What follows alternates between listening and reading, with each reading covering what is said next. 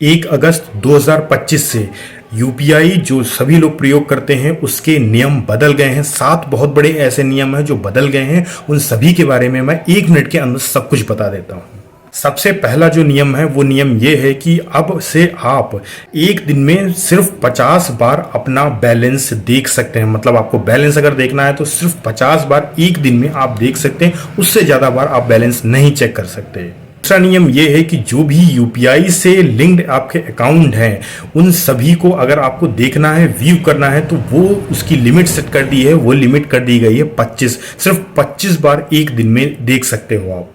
तीसरा बहुत बड़ा नियम ये हुआ है कि अगर मान लीजिए कोई भी आपने ट्रांजैक्शन किया है और उसका स्टेटस पेंडिंग है, मतलब रुक गया है, तो उसको सिर्फ आप 3 बार देख सकते हो, सिर्फ 3 बार, और वो भी 90 सेकंड का गैप होना चाहिए। मतलब पहला जब देखेंगे फिर 90 सेकंड का गैप होना चाहिए, फिर दूसरा देखेंगे 90 सेकंड का गैप होना चाहिए, और ऐसा करके सिर्फ 3 बार आप देख सकते हो।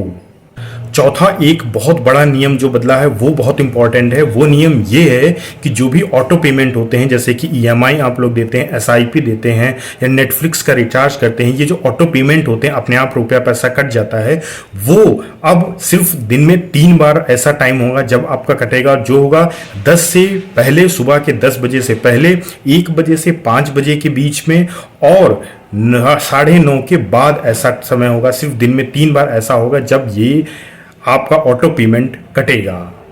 पांचवा भी नियम बहुत इंपॉर्टेंट है। वो नियम ये है कि जो बैकग्राउंड में, जो मतलब पीछे जब आप ऐप बंद कर देते हैं अपनी, उसके बाद भी आपका जो सिस्टम होता है या वो एपीआई जो होती है, टेक्निकल टर्म में एपीआई बोलते हैं, वो बैकग्राउंड में पीछे चलती रहती है, वो अब नहीं चलेगी, ब्लॉक्ड रहेगी, जिससे कि सर्वर पर टाइम जो है, जो मतलब एफर्ट है, वो रिड्यूस किया जा सके।